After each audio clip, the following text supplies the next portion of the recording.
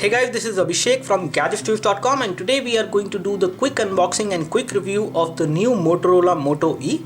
And this is second generation of Moto E, which has been released in India with some modification this time. It has got better in terms of camera, it has got a better in terms of the build quality, and connectivity wise as well, it is good.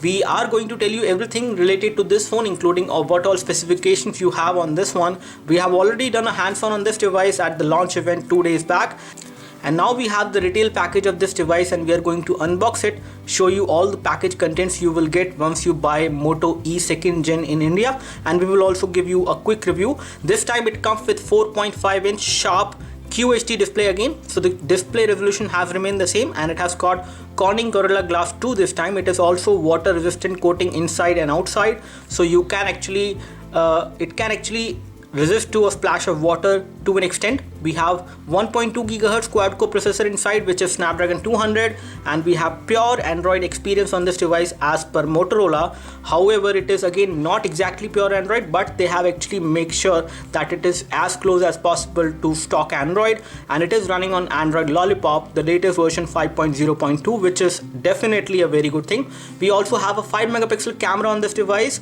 at the back, which is an autofocus camera, and you can record high definition video. And this time we have got a front camera as well on this phone, which is a VJ camera on the front, and we will show you all that. So this is how the package look like.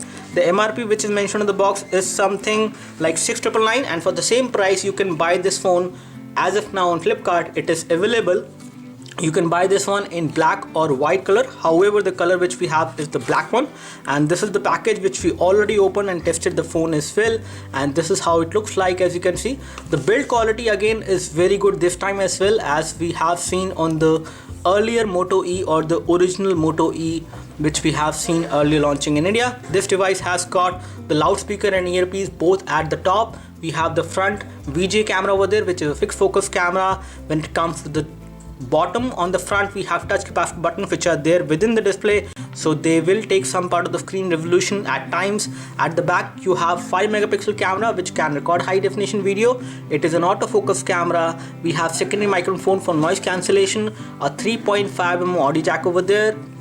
On this side we have the power button and the volume rocker. Both of these are metallic buttons, and there is a texture over there on the power button. In case you can see that there is a texture which will make sure that you can easily access it and recognize it whenever you are accessing it with your fingers. On this side we have no connectivity, no buttons. On the bottom, at the bottom basically we have a micro USB port for data syncing and charging. We have a little hole over there which is for primary microphone on this device, and you might be wondering how you actually access the SIM card slot. So this is a unibody device. The battery cannot come out, but you can make this ring remove, and this ring also has this texture over there which will give you a very good grip when you hold this device in hand. It will give you a very nice grip. It will not slip out of your hand, especially whenever you are holding it. Talking about the ring, we can make the ring come out. This is a rubber ring which can come out, and then you can actually access the SIM card slot. So I've just opened it, and this is how it will come out. So this thing complete will come out, and you can see that the buttons over there are actually not plastic but metallic buttons, which is very good. We have the SIM card slots connectivity over this.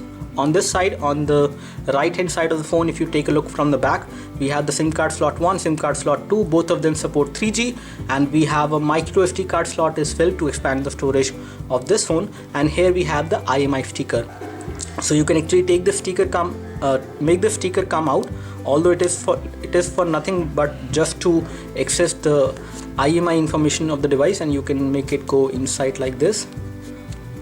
This is not going to be something which you would like to basically remove or use at any point of time.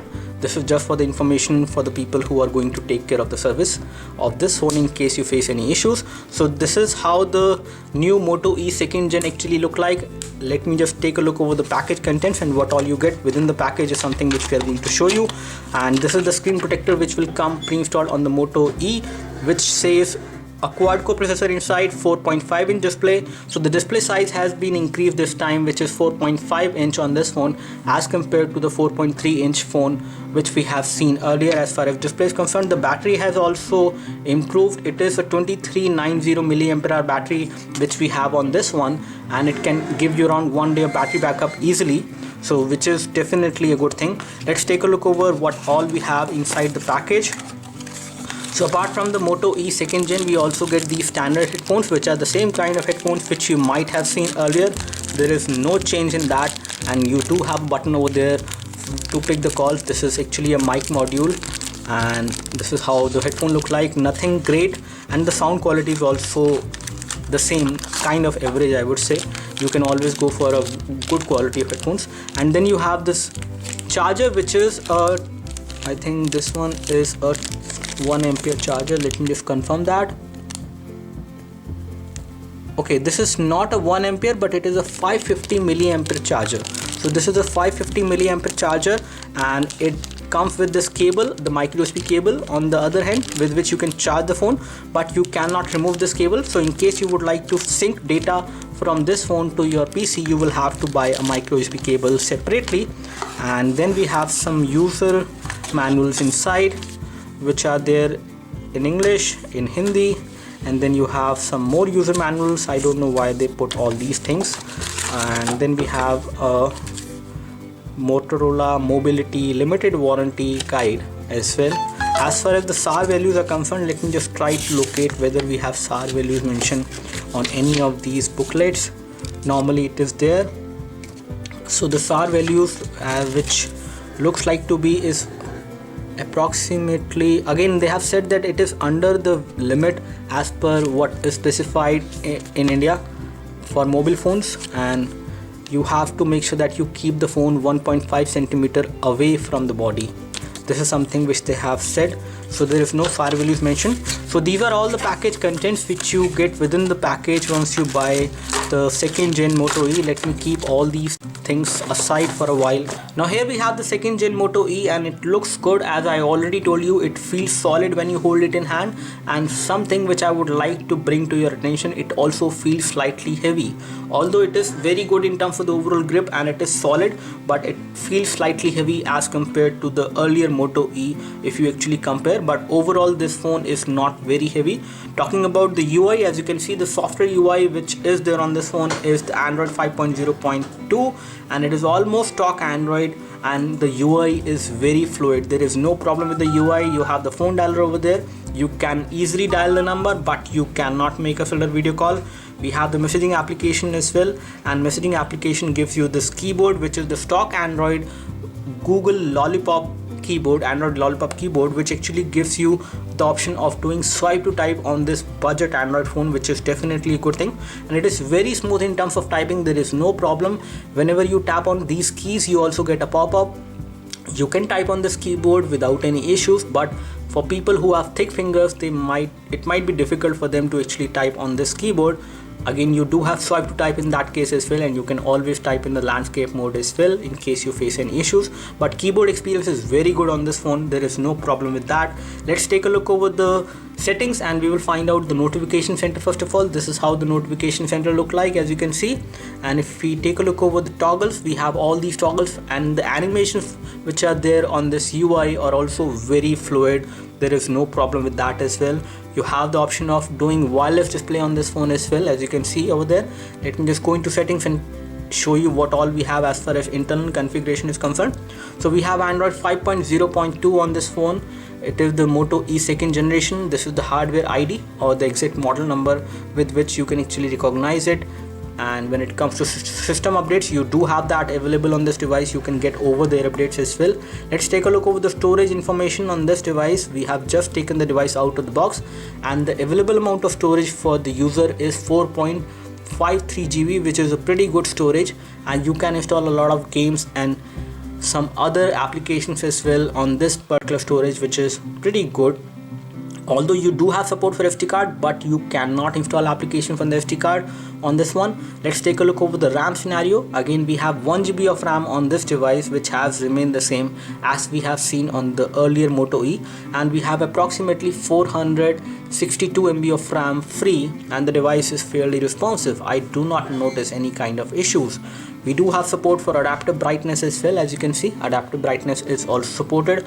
Apart from this, if we take a look over some more things, we do have support for sharing internet as well. So you can create a portable Wi-Fi hotspot and share the 3G internet. You have support for Bluetooth tethering and USB tethering is also supported. Talking about some more things, we do have support for GPS navigation as well. You can use this device for GPS navigation. We have done that and it works perfectly fine. Taking a look over the hardware configuration of this phone, we have the model number which is Moto E2, and then we have ARM V7 processor on this device, which is Snapdragon 200 clocked at 1.2 GHz. It is a quad-core CPU and the chipset is MSM 8212, which we have seen earlier as well. Talking about display resolution, we have a display resolution of 540 into 888 because it is not 960. It was supposed to be 960 because some part of the screen resolution is being taken up by the touch button most of the time. That is why the effective resolution is slightly less. And we have the GPU, which is Adreno 305 GPU, and then we have the sensors. We have accelerometer sensor, light sensor, rotation, proximity, flat up, flat down, stored, and you also have camera activation sensor. And how that actually works is you flip the phone like this and you can launch the camera. So you have the twist feature to launch the camera on this phone, which is possible. For example, you wake up the phone and I twist it, it can launch the camera. So this way you can actually use this feature on this phone to launch the camera quickly, just like a premium Motorola phone like Moto X. You have got the same feature of launching the camera with a twist. On Ninamark we have got a pretty good score of 47.4 FPS, and which is again indicating that you can play high definition games and casual games as well without any issues. We will just play a high definition game called Blood and Glory to show you the overall performance of this device when it comes to gaming. And when we talk about Antutu, on Antutu we have got a score of 17225, which is also a pretty decent score for a device like this, which is a budget device, and we have got a pretty good score on this one as far as benchmarks are concerned. So in day-to-day usage you will not face any major issues on this device. The UI is pretty smooth and overall responsive on this phone. Now we are going to play a high definition video on this device from our YouTube channel, and we will see how good is the video clarity and how good is the viewing angles, and the loudspeaker is something which we are going to test as well.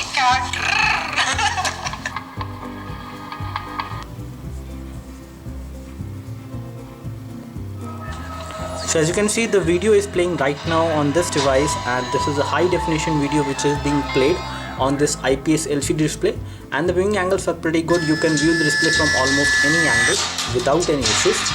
However, there is slight amount of color fading which is happening, and the video is getting played in full screen, and the resolution at which it is getting played, it is 360p. It is not getting played at 720p. However, you can play some high definition videos as well, and let me just increase the volume to full.